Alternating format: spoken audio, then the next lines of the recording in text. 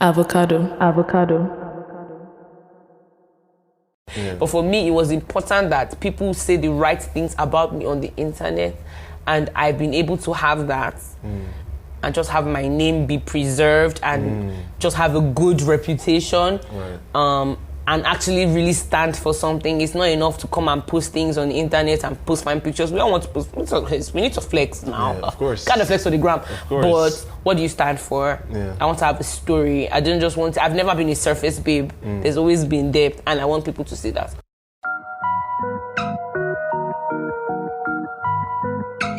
Hey everyone, my name is Rodney and you're welcome to the season finale of your favorite podcast, The Young God. You know the vibe. All good seasons must come to an end, and this season was pretty damn good if I do say so myself. Even despite the pandemic and the lockdown, we pushed through and now we're here. Those of you listening for the first time are in for a treat because I feel like I saved the best for last with this one. My guest is an HR professional and was a star on the previous season of Big Brother Naija. Her name is IsiLomo, and if you're familiar with her, you know that she's a hell of a personality. But after sitting down with her, I can confirm that she's also a hell of a woman with depth and substance. All I had to do was shut up and listen as Isi dropped truth bomb after truth bomb. We talked about self-awareness, not just as a concept, but like how she practices it, the wisdom that comes with age. We touched on listening to others versus listening to yourself.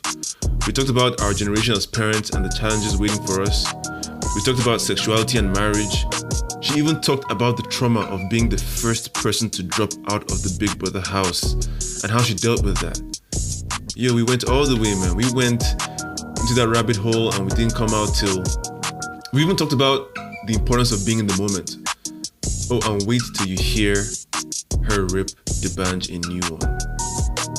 This is a version of Issy you will only see on The Young God, and I am honored that she would do this with me. Y'all ain't ready.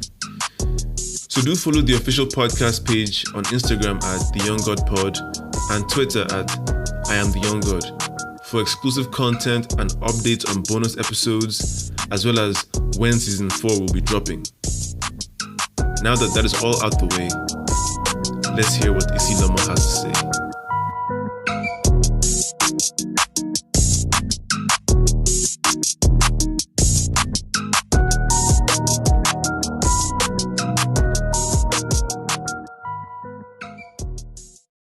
Ladies and gentlemen, boys and girls, we're here on another episode of The Young God. Yep.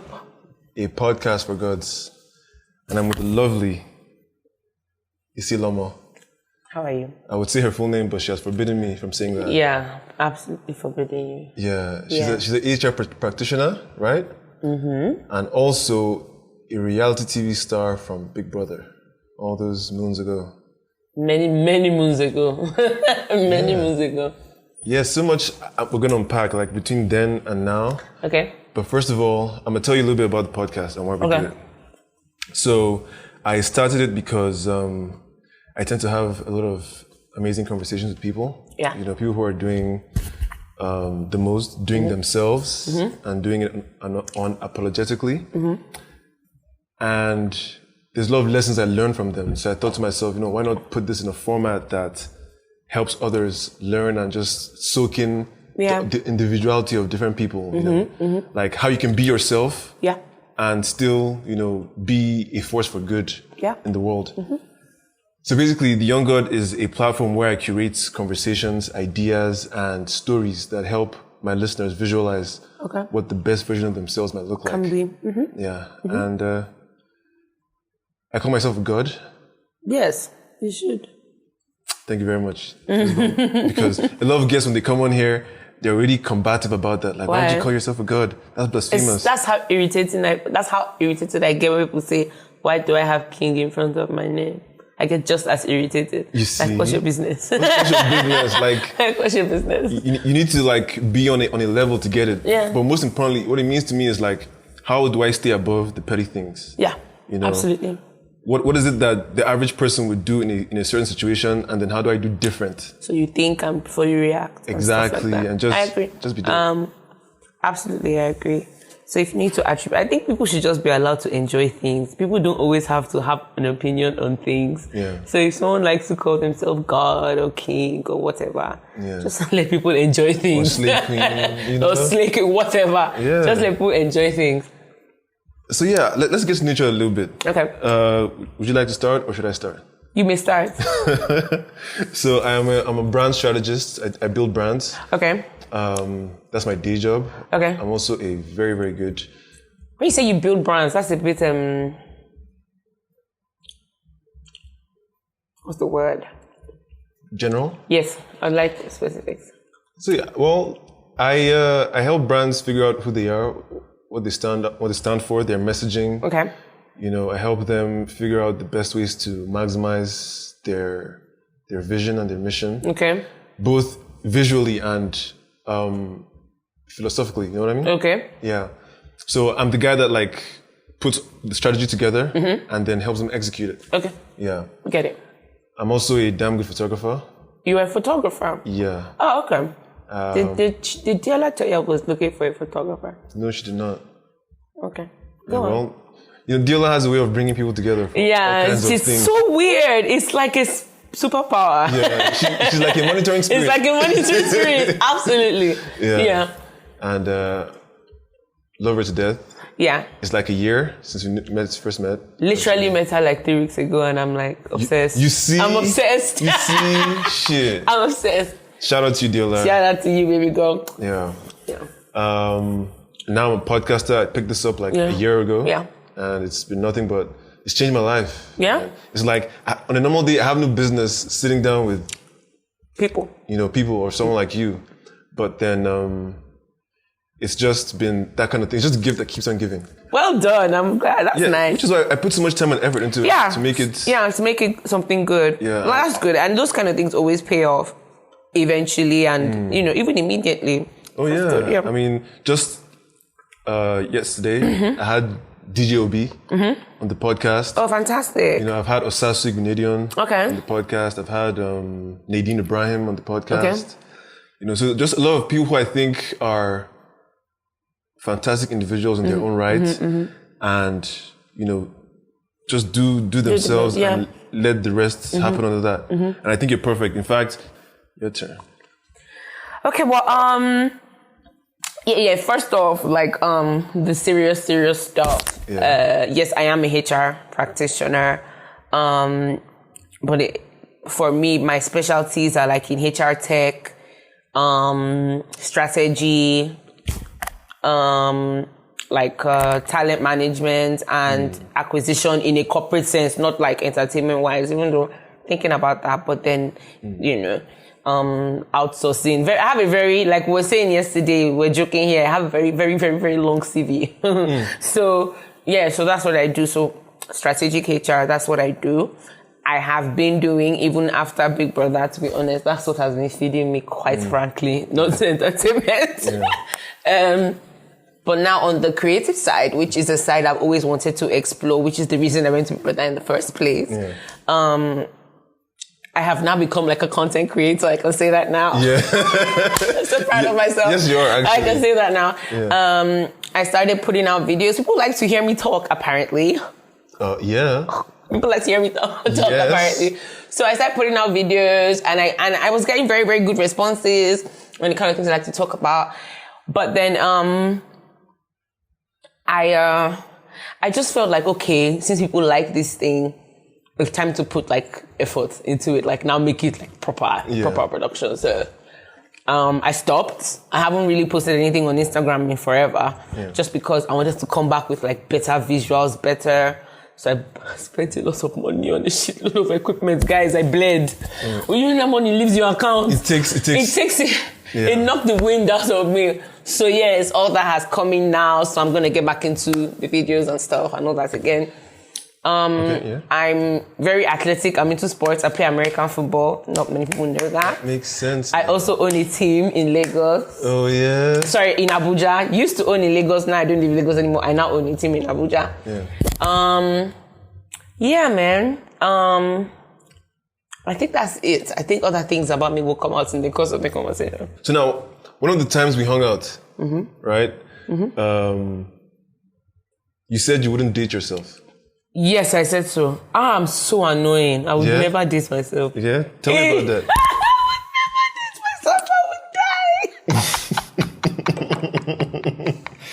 I would die. Okay. I'm not very young, so with that has come a very high sense of self-awareness, which is why I can admit this unapologetically. Yeah. I am a lot. And I'm a lot because I'm a lot. You experience things, you learn lessons, you become a certain way. It's just life, isn't it? And yeah, man, like I just think that I guess I've always known because I've always gone for guys that are very quiet and very low key and very super quiet. You know, I'm very subdued because I'm very loud and I'm very everywhere and I'm just annoying. I don't know when to stop. I don't know when to, you know. So I think, I mean, obviously there are fantastic bits to me, but I don't think I will be willing to put up with the annoying bits of me to find out the fantastic bits, if that makes sense. Yeah. Do you think someone should do that for you? Yes, because you should. I wouldn't. You should. Yeah. And that's what I'm saying. Like, if you're a personality like me, that's what I'm saying. A personality like me would not date a personality like me. Yeah. I think it would be a bit too volatile. Yeah. I think it would be too volatile. So what do you think you need? Like I said, just somebody very subdued. Your opposite. Complete opposite. And I just find guys that don't talk too much very endearing. Oh yeah? Personally, I just don't like guys that talk too much. I just don't. That talk as much as you? Yes, and I would consider that too much. Yeah. So yeah, I just think it would be a lot, you know. It's a lot of personality, lots of passion, and I just think it's good to have that in a relationship. And I'm not saying quiet people don't have that, you know, but with me, I just think the two personalities would just be too volatile. You mentioned something about self-awareness. Yes. And the journey. What was your journey to self-awareness? What will you tell me about that? Okay, you know, I guess I understand even from childhood that I've always been a very vibrant personality. Yeah. But with adolescence, it's sort of misplaced, if that makes any sense. It's, you know, when you're younger, you might just be hyperactive and stubborn. And then when you get into those raging teenage years, you will be rebellious. And then you would put yourself in situations that are not the best for you and you will make mistakes and then you will learn from them. And that's just life. Yeah. And then, but it wasn't just that for me. I think I was always very self-aware. I thought I was always very self-aware, but I never understood that to be completely self-aware, you have to be very honest with yourself. And being very honest with yourself is very hard. Yeah. It's very hard. You can be honest with other people, but it's very hard to say, okay, and accept that, and then beat yourself up about it and call yourself out. And that was how it was for me. So that was when I would say I became even more self-aware, because then I was able to recognize, okay, you put yourself in this situation. Why did you do that? You know, who is to blame? You, okay, you put yourself to blame and you just move from it. So, and I think that to be able to do anything in this life, you need to know what you stand for. Yeah. You need to know what, I can't go as far as people who say that they know what they have been put on this earth to do really fantastic. I can't say I know that yet. Yeah. But I do know the type of people I want to be around, the type of energy that I want to have around, the type of conversations I want to be having. I mean, and I think rightly so, because when I was a kid, I did kid things, and now I'm grown, I do grown things. And when you know better, you do better. And so for me, I've always had my voice and I've always been easy. I've always been, but then being honest with myself or being able to sit down and say, girl, you know, just made it even better. So now I'm more self-aware, and being self-aware gives me a lot of confidence that I can make my own decisions. I don't need to ask people for their approval on things. Like, it's good to have mentors. It's good to have people to bounce ideas off of. But at the end of the day, I ultimately make my decision. So even if I mess up, I say, okay, you made the mistake. At least you made it so you can fix it. So you know? And so that's what it was for me. And it's okay if people don't have that yet. It's okay if people haven't had that, what's that word, the epiphany yet, or have come to that realization yet. You will. It will be better if you do it sooner than later. Oh, yeah. But that's just important to me. So and then it's having that has made me kind of more peaceful in that I'm more comfortable with who I am. So I'm able to just walk in a room now, and as opposed to when I was younger, I would try to be the center of attention. I don't do that anymore. I'm just quiet. I have my conversations. If it flows my way, it flows. I say what I have to say. Yeah. And so there's a peace that comes with that you're comfortable in your own skin. So whatever happens, happens. That's just how I am. You know what's funny? This is season 3, and I released an episode called Intuition, the art of listening to yourself. So you mentioned, now you don't need to go to anyone or people. I mean, obviously you can get someone's opinion about something, but you don't need someone to tell you how to do what you already you want to do. You know Absolutely. what I mean? And that's like a power in itself that is so underrated. Yeah. I remember when I was younger, my dad hated it so much because my dad he's fucking wise, and as he should be, again. But I always felt like I had my own personal wisdom about myself, and he never understood that. They don't understand that. They don't understand that because the thing about it is they don't. Because rightly so, they think they know, and they know it's not a lie. Part of growing up is you will actually begin to see that a lot of things your parents said made a lot of sense. Yes. And you have to just admit that, girl, you should have listened. Yeah. And it's just that the context is a bit different. Yeah. When our parents were growing up, what were the drugs they had to worry about? Maybe some pot, alcohol. Big star. Star or something. Just, I mean, I listen to my parents' stories, and my parents were in the business on campus, and I never really hear drugs that are not marijuana. Yeah. But when I was in uni, I went to Afe Babalola, guys. There was an assault. And if you went to Afe Babalola and know, we have a reputation for the drugs. We have that reputation. Yeah. As fantastic as everything else, that is something the school is known for. So their understanding of things, the context may be different. Yeah. It's hard for them to understand that we have now learned from them.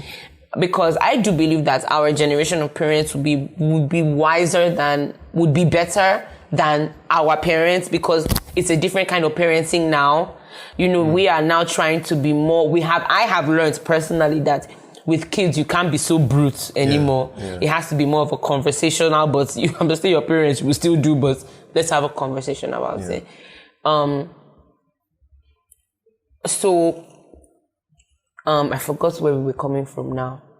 How our generation will be better parents. Yes, we will be better parents. And that's the thing. So our parents know, they know. But then they can't allow, you will still be their child. So we are trying to say, I know this about me. They be like, you don't know that you don't know. You don't know anything. You don't know anything. But then you don't know anything, true. Yeah. But you know some things about yourself. And when you try to explain that to them, they don't get it. So I totally get where you're coming from. It's something that we've had to battle with. But when you spoke about our generation being better parents, I feel like there's going to be a minority of us who are going to get it really, really right. Yes. A minority. Yeah. I feel like the rest of our generation are going to take it to extreme, being too woke, being too PC, too protective, or just. I have a feeling that I think it's going to be a very healthy balance, because I think if you see the way things are going, you have to be super protective of your children.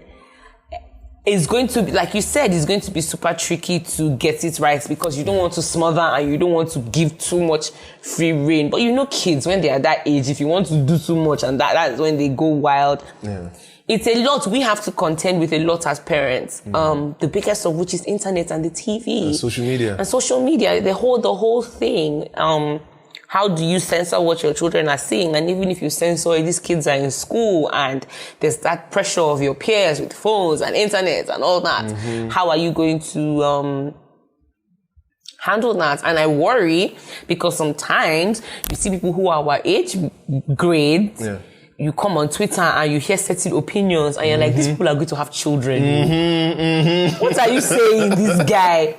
Like, do you get me? And I'm like, so I feel like we have a lot to contend with, which is why as a generation, we have a lot of real thinking to do. Because I think what people do now in this woke era is they go on Twitter, pick a couple of things, go in conversations, don't necessarily contribute, pick a couple of things, don't necessarily ruminate on it and form their own opinion, but then they just go around saying other people's opinion and don't have an understanding of what led to that thought or the implications, and that's just shallow. Yeah, and so then what are you really passing on? What are you really learning? How are you really growing? Are you really woke? Yeah. Do you understand what I mean? That is true. There's things like sexuality, which is what I feel like a lot of people need to be having conversations about in Nigeria. Let's have it right now. Let's have it right now. This is the thing. You can drag me. I think by now you all know I really don't care. But this is the thing.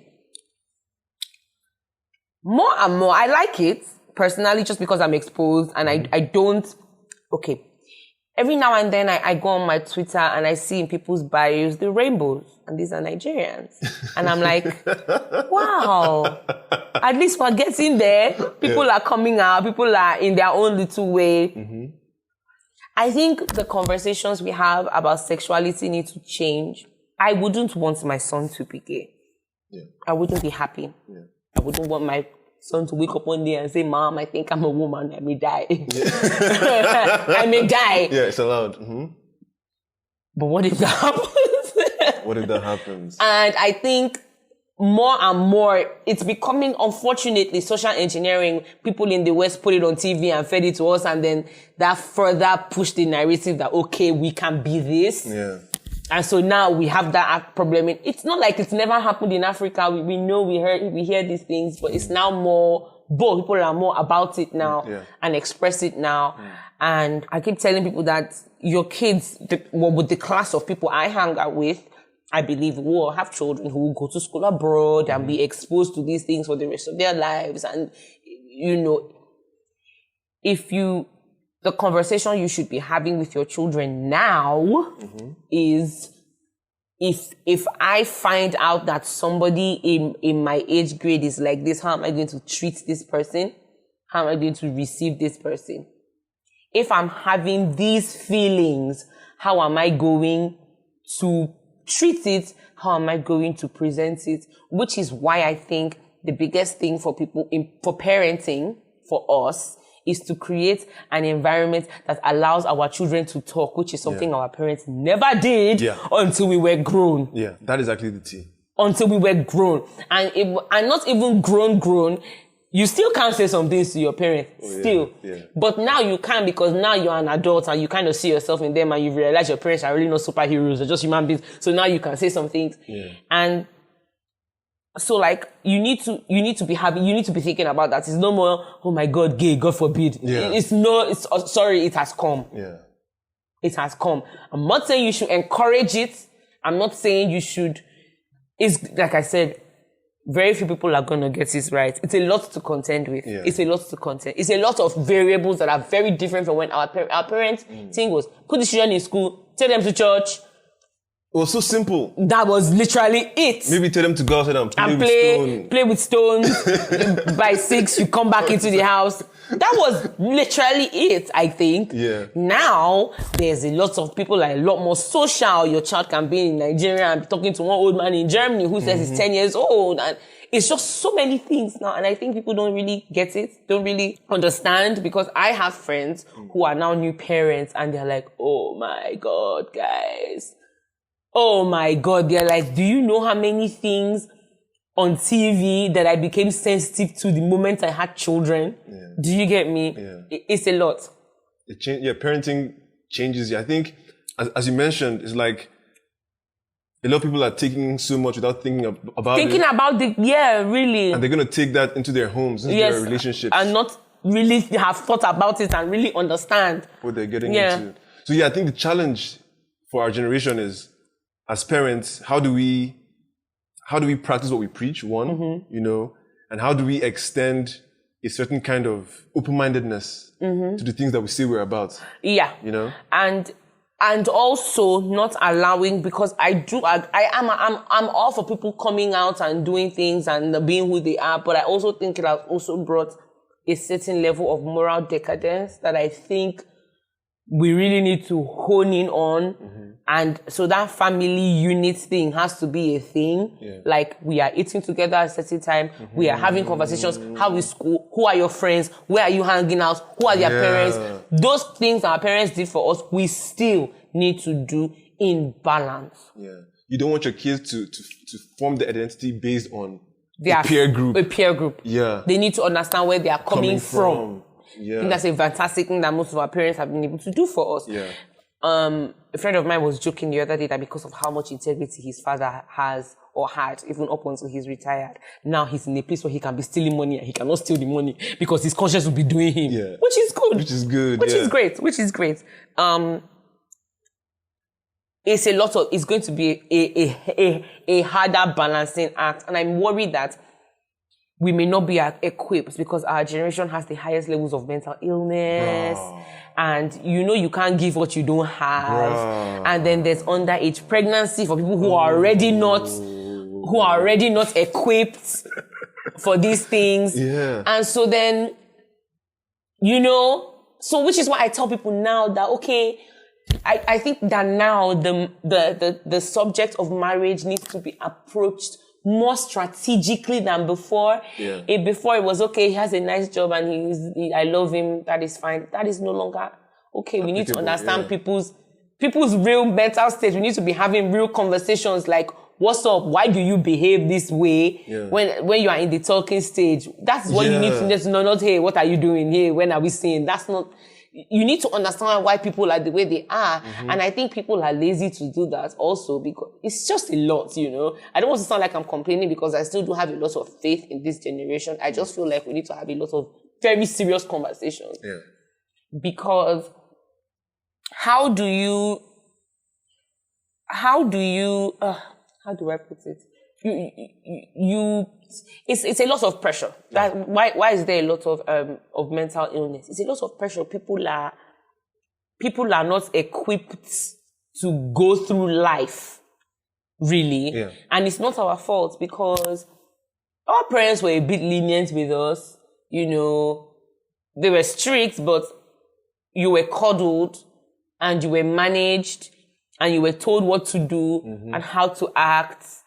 And put in boarding school, put in strict schools if you went to Covenant and the rest. And so then when you are not really by yourself in the real world and nobody is telling you what time to go to church and how to dress and what to do, you don't know how to act. Yeah. It's not your fault. Yeah. It's not your fault. And so then when life is really happening, you don't know, and your parents have said you are not an adult, go and be a man, go and do this, and you don't know what to do, and you don't know. And then a person that is walking around with that kind of identity crisis, which is why I said this is better for you to become more self-aware earlier than later. You don't exist as an entity. You exist in a community, and what is going on with you affects that ecosystem as well. For sure. I like what COVID did. Phones took us away from each other. Yeah. COVID has kind of brought us back, if that makes sense. It did. So now people are having conversations and guys can say, guy, I'm not doing too well. This is how I'm feeling. I can really tell it, guys, this is what's going on, And so I think it's worrying. What I was just trying to say is I just think it's worrying sometimes because for me, I think Twitter is a reflection of what it is on the real. Yeah. And what I see on Twitter, sometimes I'm so disappointed. And I'm like, these people will have kids. How? This person is clearly not okay. Yeah. People come online literally every day and cry for help in the name of form of dragging. Yeah. Yes. Do you get? These people, that's why I don't get upset at people who drag me. I really do feel that there's something there. Because I don't know what kind of witchcraft will make you wake up and just, people are going through a lot. And I guess that's what things like these podcasts do. Is kind of social engineering at first, and then in its own way, creating safe spaces for people to talk off the backs of these conversations. And I think many of us are into stuff like this. They want to talk, they want to, that connecting thing. Human beings at the heart of it want to connect. Yeah. And so people sometimes don't know what they want until you have the conversation for them and they be like, oh, wow, okay. Yeah. You know? Wow. Yeah, I'm very deep. You are so, I love it. I know. We're going to be friends from The today. ocean now. Okay. Oh, wow. I love how just asking you what type of person you like to date. Just springboard into a whole other thing. You know, and that's what I love about podcasts, and at least my style of doing it is that I love how a single innocuous question can just unleash an avalanche of things. Of things. Yeah. Okay, so now let's go to your Instagram for a second. So there's a caption I came across that I really want to pick your brain about. Okay, oh my God. So I'm going to recite it for the people in the house to hear. Okay. So at King_IsiLomo said this. A year ago, I took a chance on a dream I have had for years. Okay. Needless to say, I was disappointed heavily. Okay. I put my life on the line, my career on the line, and 80% of the time, I really regret the decision. At the same time, I've been exposed to amazing things, so most of the time, I really don't know how to feel about the experience. What is going on there? Okay, so yesterday, I hadn't realized it because we were here all day, we were busy all day. But I hadn't realized that yesterday, a year ago, was the day the show aired. What show? The show Big Brother aired. Okay, yeah. Yesterday was the day. And you see, the subject of Big Brother is always very sore for me. I never tell anyone. You know, if I meet people for the first time, I never tell anyone I was on the show. I never bring it up. If you find out, you find out. And when you find out, I don't really like to discuss it. I don't really... Yeah. Because it's a very bittersweet thing for me. And if I'm being totally honest, 1 year later, it is still more bitter than sweet, if I'm being totally honest. So when I just came, for the first time I came on Instagram and saw people making posts and saying happy anniversary. I'm like, did I get married? Like, did something happen? And I saw, it was the anniversary of the day the show started, and I became quite upset. And so then obviously I think I just had to post because everybody was posting. I was like, I might as well just post something, and I don't post lies. Yeah. So I just needed to speak my truth in this situation. Yeah. I gave up a lot to go on Big Brother. You did? Yeah. I was a madam in an office. I was a HR manager. I was collecting my salary, steady paycheck every day. It's all right. But I had always wanted to be on TV, and I always wanted to be on TV in a real way. Like the people I looked up to before me, the Oprahs and the Nigerians, the Mo Abudu, and that her show, Moments with Mo, back then when she was doing it and it was good. I don't know what they are doing now. And I had always wanted to do it, and I just never did. And then throughout my life, I had always been in that space where I could have and just never did. Keep it there. I could have, I just never did. So I would be around people that are in the industry per se. There was a time that all my friends got it into their head that I should do a YouTube channel. I never did it. You know, I just felt, I just never knew why. I had always been drawn to entertainment. Even while I was in uni, I remember in uni, people used to say I was like a mystery. They didn't know whether I was in the school or not in the school because I was always in Lagos. I was trying to become a stylist. I was really making a name for myself back then. And then my school started to suffer. And I'm like, girl, if you don't stop, you're going to have to repeat 400 level. And I wasn't going to do that. So I kind of had to put down the back burner. And then when I did that, face school, did masters, you know, it just kind of, I just forgot about it. And I was like, you know what, I just said, what made me do Big Brother? When I tell people that last year, January, I didn't know I was going to audition. It wasn't a plan. It wasn't something that I had thought about. The audition thing came out and people were just DMing me. And so then I just for jokes put up on my page, on my stories, let's have a poll. Should I audition or not? And like 99% of people said audition. And I auditioned and I really didn't think I was going to get it. I didn't know anybody. I didn't. Yeah. And so, at the time the auditions came, I was in between jobs. I had left a previous job just because it wasn't just they were just so corporate Nigeria is ridiculous. I just couldn't do it anymore. So I was in between jobs and I was like, why don't you just try this thing? And so obviously I'm smart. So during the whole 60 million months of audition process, I had already gotten another job. Yeah. So I was already working. Better paying job than the previous one. So when I knew for sure that I was in, I was like, are you going to give up this career and this steady pay and this, and are you going to do this thing? And I was like, I knew that, look, unfortunately, the element of the game that led to me being evicted was there and it happened.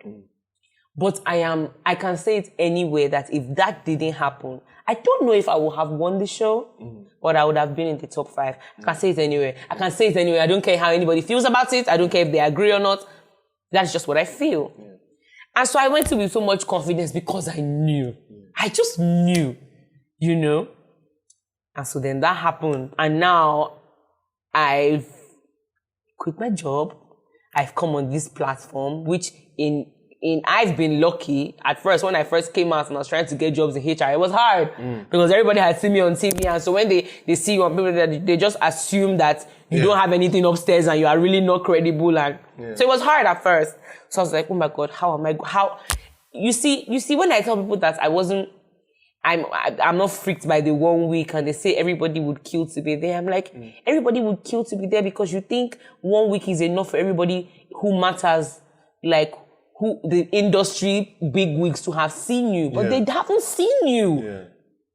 Really? Yeah. It's not because you have 20, 200,000, whatever on Instagram. The people that are supposed to be seeing you, have they seen you? Do they know what you can do? Yeah. I don't think I got the platform as it were. I didn't benefit from the platform of Big Brother as it were. Quite frankly. That's just the truth. Because quite frankly, by November, entertainment stopped paying me any kind of money. And really, those that, it was, for me, at first, I was like, this decision to go and do this thing was not worth it, period.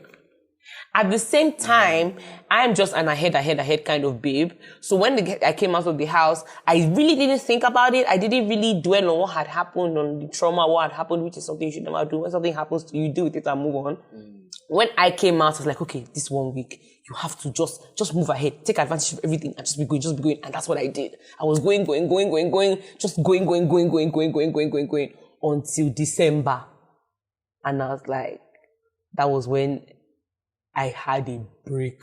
I just physically, mentally just broke down like, girl, this shit is hard, man. What the hell is this nonsense entertainment rubbish? It's not all it's cut out to be, is it? It's not all it's cut out to be. I was lucky because I had a career and something to fall back on. I'm like, what are the rest of the people that may not have this?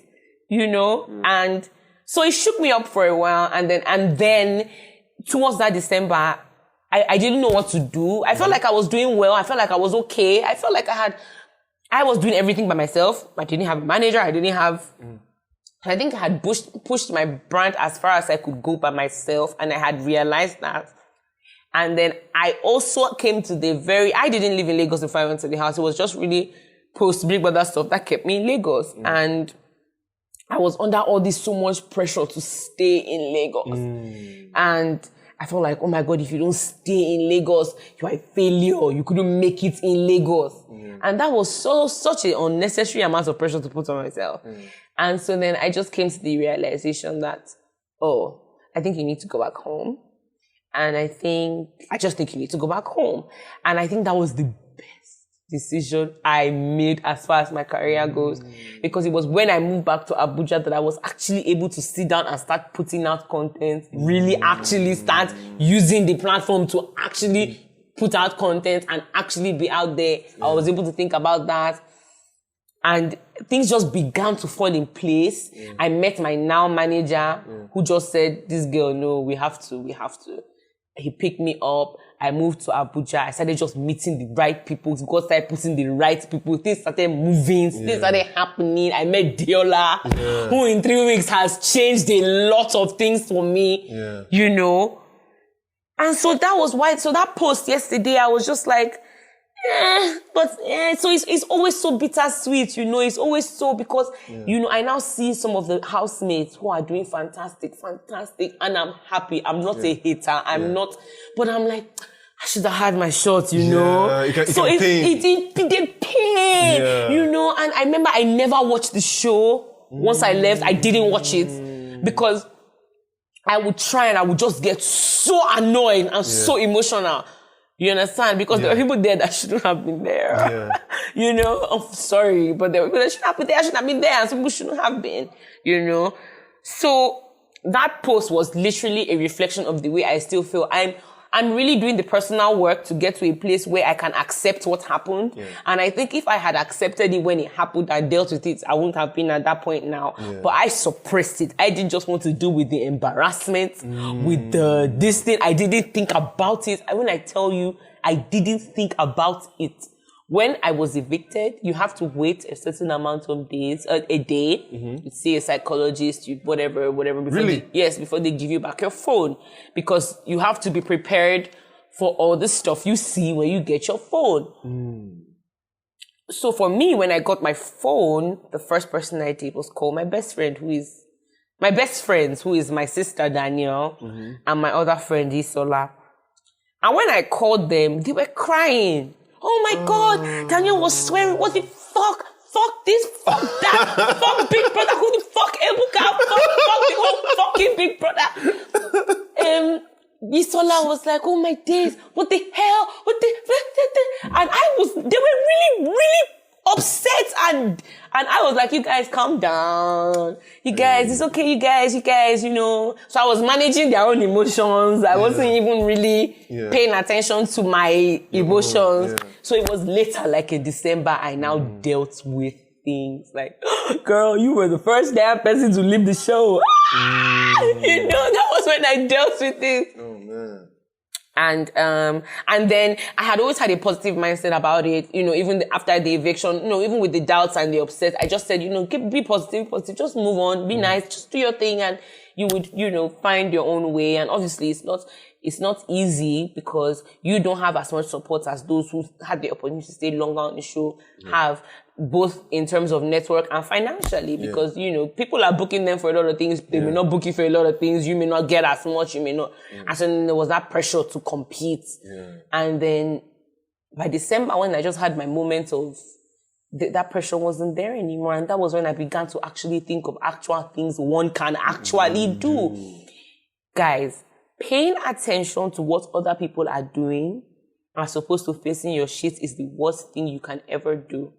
Preach. In life. Preach. Because you can't be running forward and looking back. How does it doesn't make sense.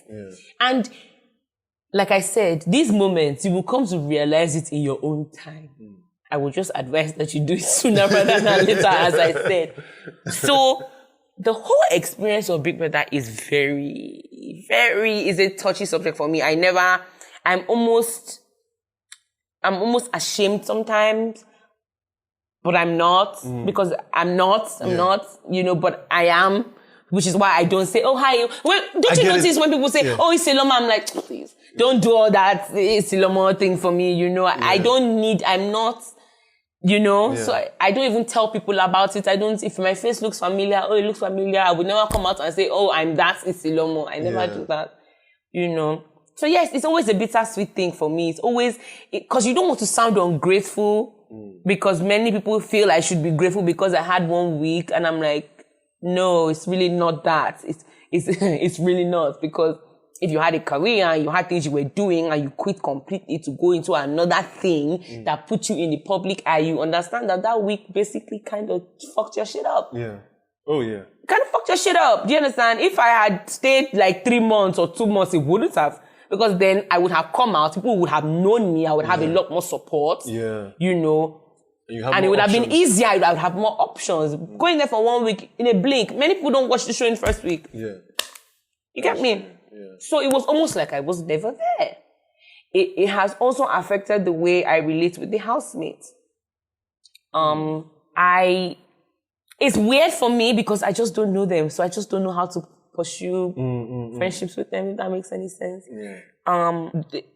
They have made I've never felt excluded from things. Whenever any one of them is doing something, I always know, I'm told. Just that I live in Abuja now, so I can't make it.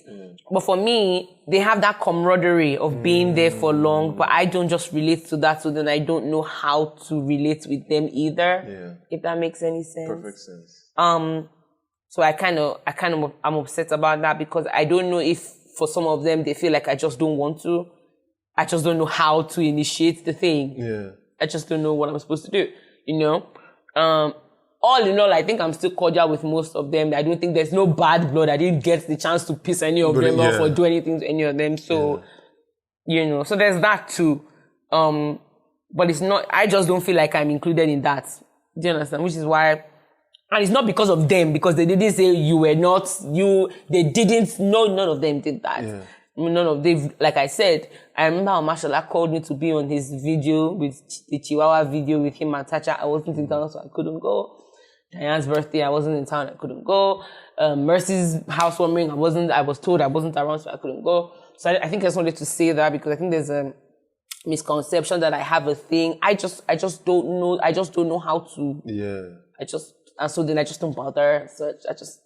You know? I feel you. I just don't bother. I feel you. It's like, you know, people don't ever see this side of it. You know, they only think, and that's really my problem with a lot of how our generation see things now. Like, it's always the face value of things. You know, no one ever anticipates how things could go awry based on your decision to do this thing. Based on your decision.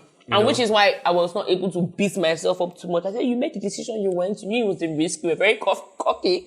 Yes, if this didn't happen, you would have stayed, but it happened. What are you going to do with it? Just keep moving on. Yeah. And that was what I did. Oh, wow. That was what I did. Okay, let's come down from the... But that was...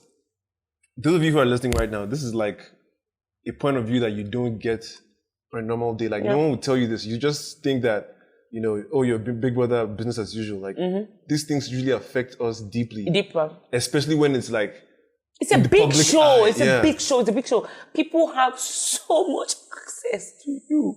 And it's over the internet. So they can literally say anything.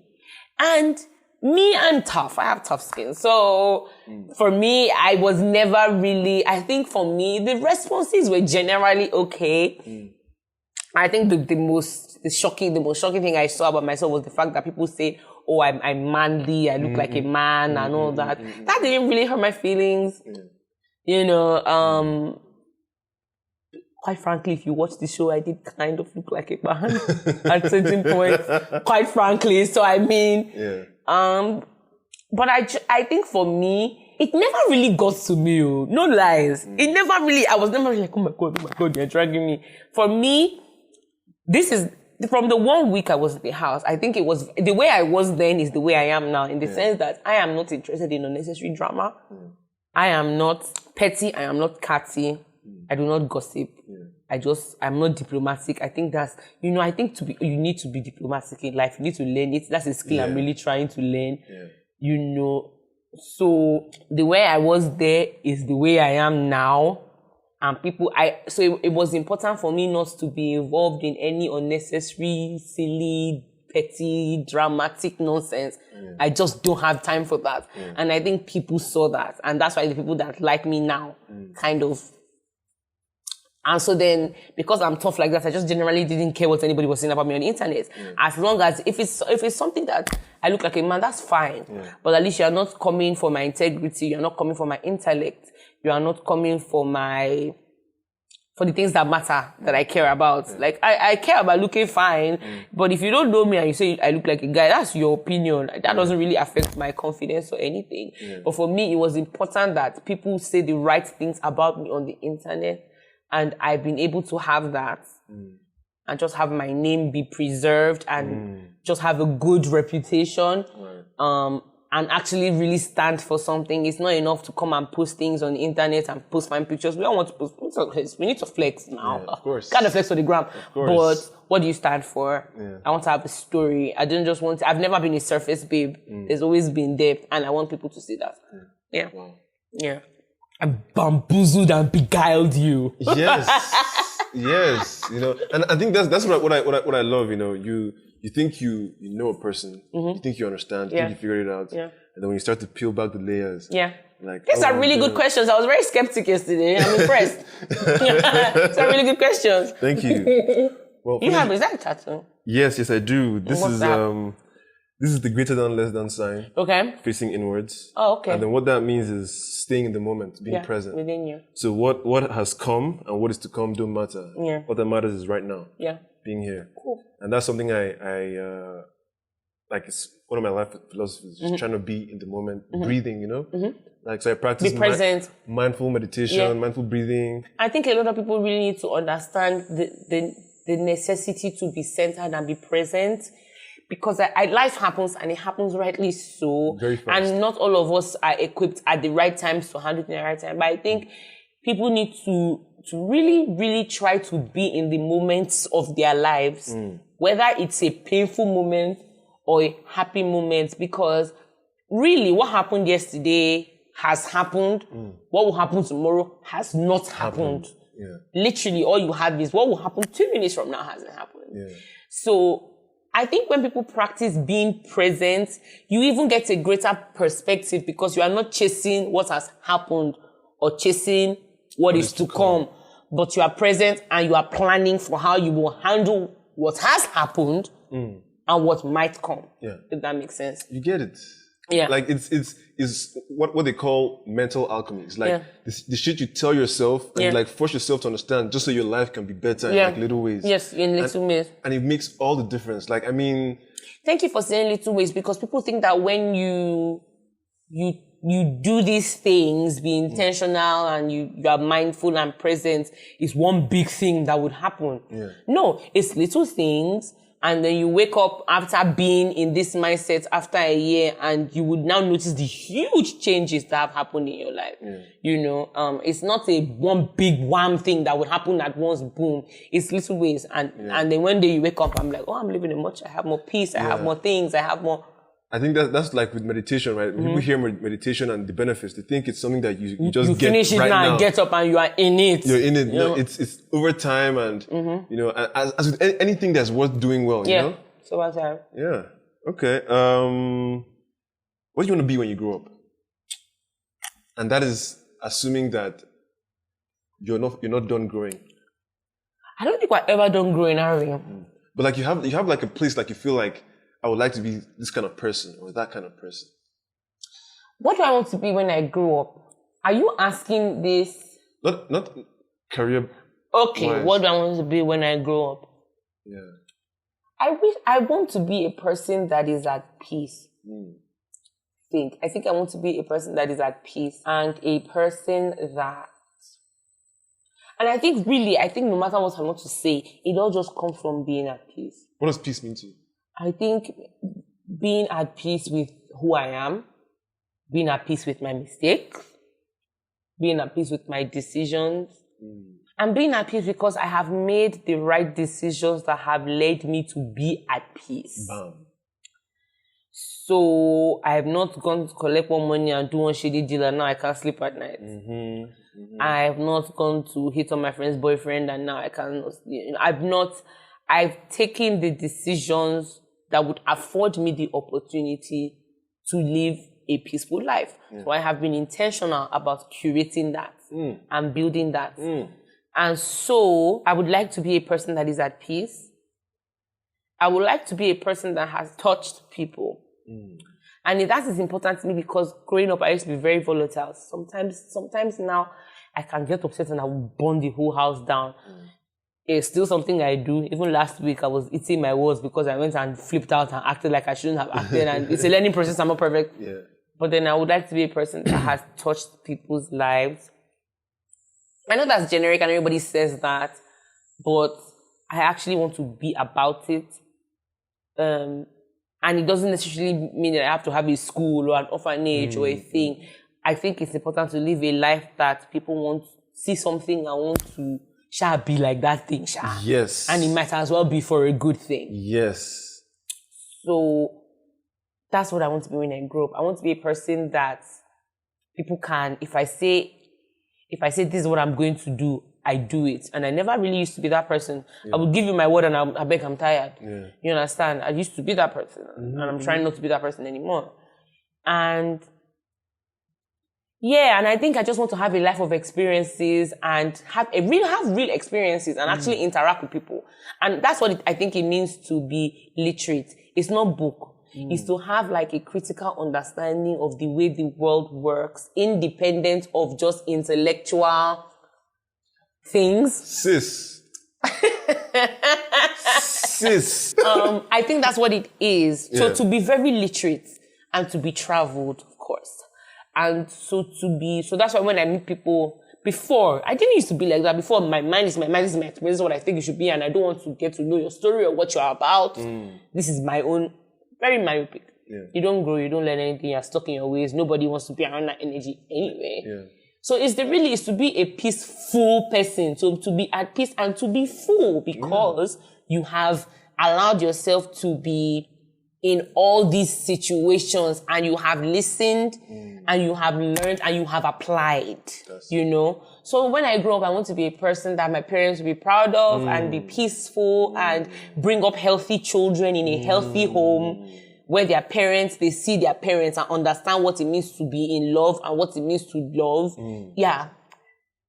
I love it. That is, you know what, at first it started off generic, but then you start to go deeper into the specifics and it makes perfect sense. I think, especially in a place like Nigeria, that makes it so hard to be at peace. There's just so much shit competing for our attention and, you know, the pressure to appear a certain way. You know, especially in cities like Abuja, where it's like... I think in Lagos is worse. So even in Abuja, I'm not even paying attention. Yeah. Yes. Man, so I love that. That's a real grown-up Isi that we're trying to see. And I think you even answered the next question I was about to ask you. I was about to ask you, how do you wield your influence?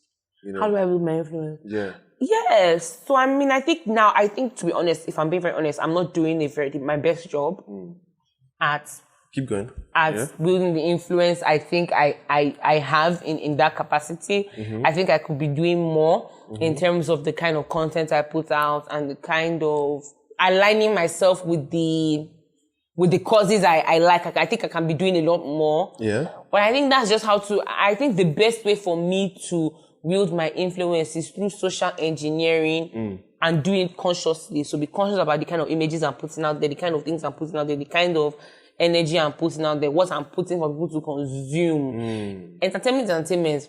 I would like you to be entertained, but in the midst of all that, are we getting something tangible? Is there a value here? So I think that's the best way I think I would be able to wield my influence through real social engineering, talking about the real issues, being educative, and listening to people's side of the coin, you know, which may also change your narrative.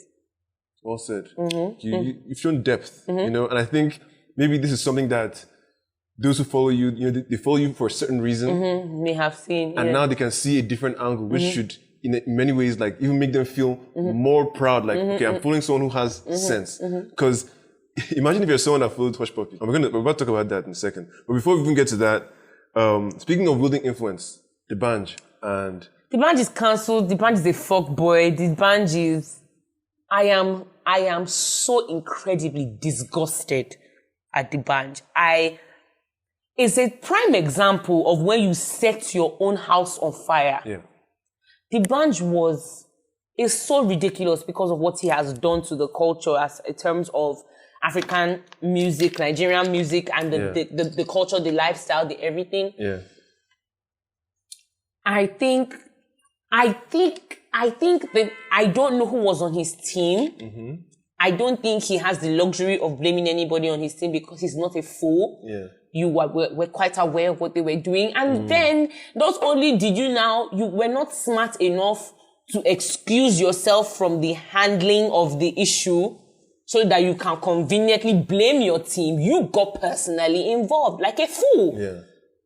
You got personally involved. And you see, what has happened from the times of Harvey Weinstein, when all that Me Too happened. When Me Too happened, I say it's a watershed moment. It happens every decade or so. Yeah. An issue that is a burning issue that is a menace to society always comes up, and there's a watershed of support and victims and blah, blah. And that is what the Me Too movement steamrolled and has just blew over the world. And so, I mean, on Nigerian Twitter, every other month or so, 2 months, there's always a conversation about rape. Not like we've had it this year. Yeah. I think that the Banj, what he did was disgusting. I think he should have been smarter. I just don't understand. If you raped this girl, and I believe he did it, and how he did it is so concerning to me, because it was just a power thing. Yeah. You knew you had the money, you paid the people in the hotel, you got into her room, you had your way with her. Power moves. Yeah. She has put you out there, and this power drunken thing you are doing did not let you see that the way you are handling it is very dense. Yeah. Yeah, that's exactly the thing. Do you get me? It's power moves. That's really what rape is about. It's a power thing. It's a power thing. And I think that whatever he loses he deserves it. I think for me, he should even be, the rape was bad enough. The act of rape was irritating enough. How you went about it was irritating. But I almost somehow feel like he should even be punished more for the way he has handled it. Do you understand? I feel like he should even be punished more for the way he has handled it. Yeah. You know, I just think it's so sad. And I feel like when you're in that kind of position, you know, everything is about balance, right? And when you're in that position as a celebrity, when someone comes out, in fact, in any situation, when someone comes out and calls you out for what you did to them, what they're asking more than anything is for you to acknowledge and give them peace, give them back what you took, their respect, their power, humble yourself. Like if you had done that. Yes, I think that he would have faced some backlash as he should, but it wouldn't be this. His brand is damaged forever. Vimbai pulled out of the Future Awards recently because D'banj is involved. Yeah. She pulled out. Yeah. And I'm like, yes, sis, do it. Be about it. That's what it is. Talk about it. Don't just say, do it. It was bad. I don't know why I'm even more annoyed by the way he handled it than the rape. Yeah, I know, right? I think I'm more annoyed by the way he handled it. I feel like I could have forgiven him. I think rape. I could have. Maybe I could have. You know? It's just the effrontery to think you can now intimidate this girl. Took her phone, started tweeting your nonsense dirty music.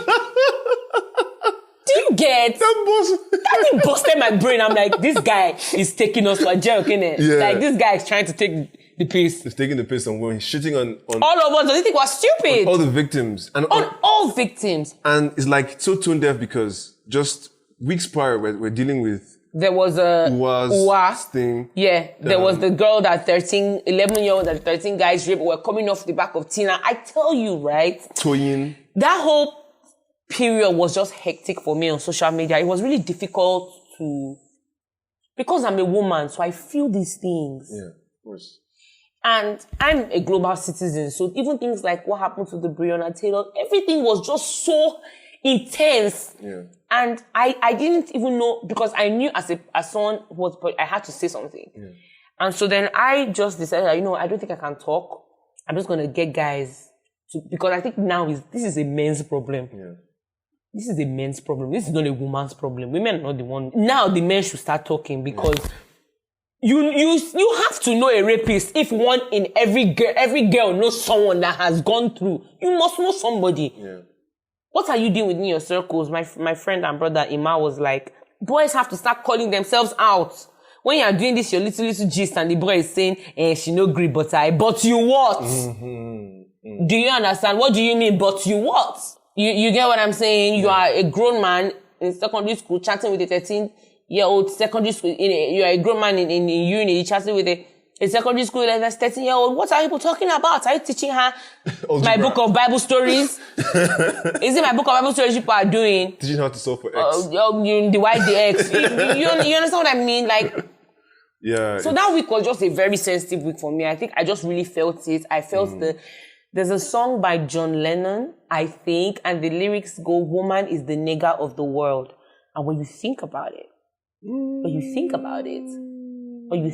so I was really feeling those lyrics in that moment that why? I like to run. I don't do that in the evening anymore. Yeah. And these people, Zikoko did a thing of 10 things women have to face that people don't think about. Things like pretending to be on the phone when you're in an Uber, sending your code, having to have pepper spray, which in Nigeria is considered as a harmful weapon. So you could, in fact, get detained for having pepper spray lines. Ridiculous. It happened to Daniel's friend. Daniel's friend was attacked by an Uber driver, I think that was the story. And she proceeded to pepper spray him. And while he was let go earlier, she was detained for having a weapon. And I get it. This is Nigeria. People will definitely, if it's legal, people want to use it for nefarious means. But I carry pepper spray. Can't leave the house without it. Cannot. When I'm driving, I'm so mindful. That's just what it is to be a woman here.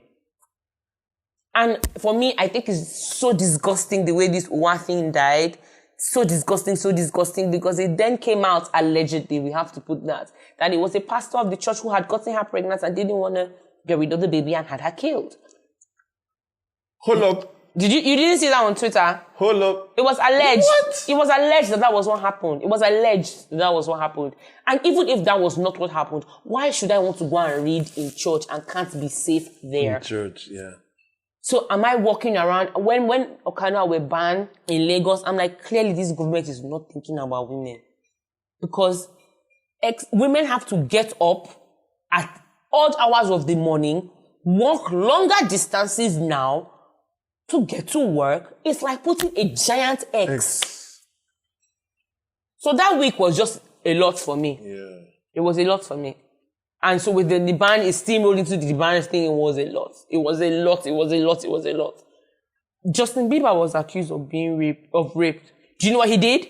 He started posting receipts. I wasn't even in this city. That's what someone that's innocent does. And I believe that he was innocent. Yeah. I believed him. Yeah. He came out openly, addressed it on site. Within 1 week, we were done talking about it. Straight up. Same thing. Do you watch Rick and Morty? You know that show, Rick and Morty? You know, that show is too weird for me. I don't know how you guys do it. Well, that aside, the creator of the show, yeah, he was accused of rape. What's his name? Maybe I would know his name, but his name is Dan Harmon. Yes, I did hear, but I didn't know he was the Rick and Morty guy. Yeah, creator of Community as well. You know Community, yes. He was. Yes, he was. He was accused, right? And funny thing is, he was talking about it on just in general, like an interview, and he acknowledged it. He said he was sorry and everything, and he said it to the girl, and he voiced his apology to the girl. Now the girl heard it, but she was like, "It's fine that he acknowledged it, but I don't accept his apology, and let's just leave it at that." And then this guy, in his empathy and his sense of awareness, what he did was he went on his podcast and he detailed step by step what happened, how he did it, what happened, how he feels, what he has done to work on it, like, and it would be forgotten. Humbled himself. Yep. As anything. And the girl later on, she commented, man, that if there ever was an apology, the perfect apology, this was it. That was this, and I forgive him. And that's how you handle shit with class. You get, and it's like what the Bible says: the first shall be last, and the last shall be first.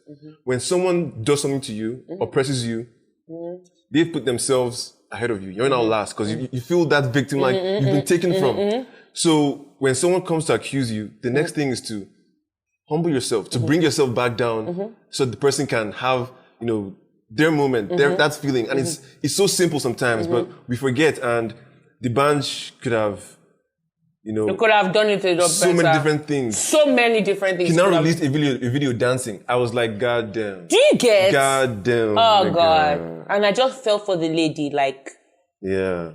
I just felt for the lady, like, why? Yeah.